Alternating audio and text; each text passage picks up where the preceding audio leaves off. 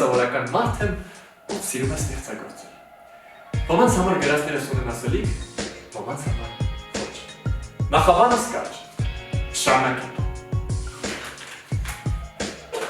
Դուք ֆանտաստիկ սրիկ եք, ֆանտաստիկ ամբողջականներ, այնպիսի ֆանտաստիկ ձևով եք ձեր մարմինը ցուցադրում, որ հավաքում եք ֆանտաստիկ թվով դիպուներ։ Ու դուք արդեն Կլեոպատրան եք,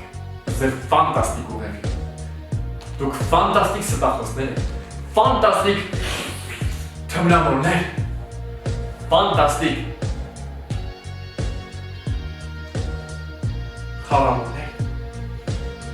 ֆանտաստիկը մի տեսակ ձեր արյուն մեջ եք։ Դուք ֆանտաստիկ ֆիլմեր եք նկարում, ֆանտաստիկ հումոր եք մատուցում, և ես ուղղակի ապշում եմ,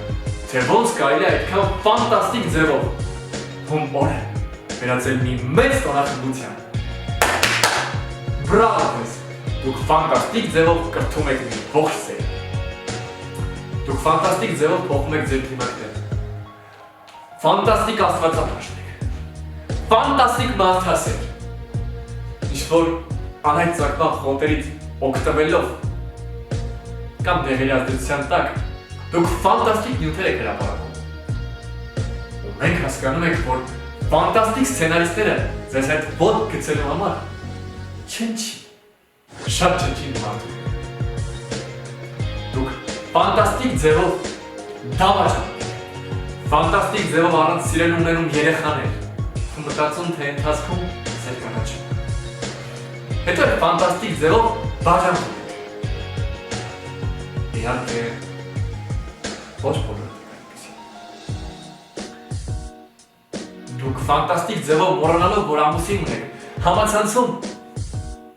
ձեր բերանները մինչև ակարդերը բացած ընկնում եք սրան նրա գիրկը։ Թողնում եք ֆանտաստիկ մեկտաբանություններ, որ ֆանտաստիկ սիրահարներ սկսեն։ Ֆանտաստիկ ձևով բարեկամանում եք մեր թշնամիների հետ։ Ֆանտաստիկ ձևով կերտում եք մեր ֆանտաստիկ Հայաստանը։ Թույլ տվեք ամենավերջում մի հարց ունեմ ձեզ։ Դուք չեք զզվել, գարշակ չեք ապրել, ձեր բութ, ապուշ, ֆանտաստիկ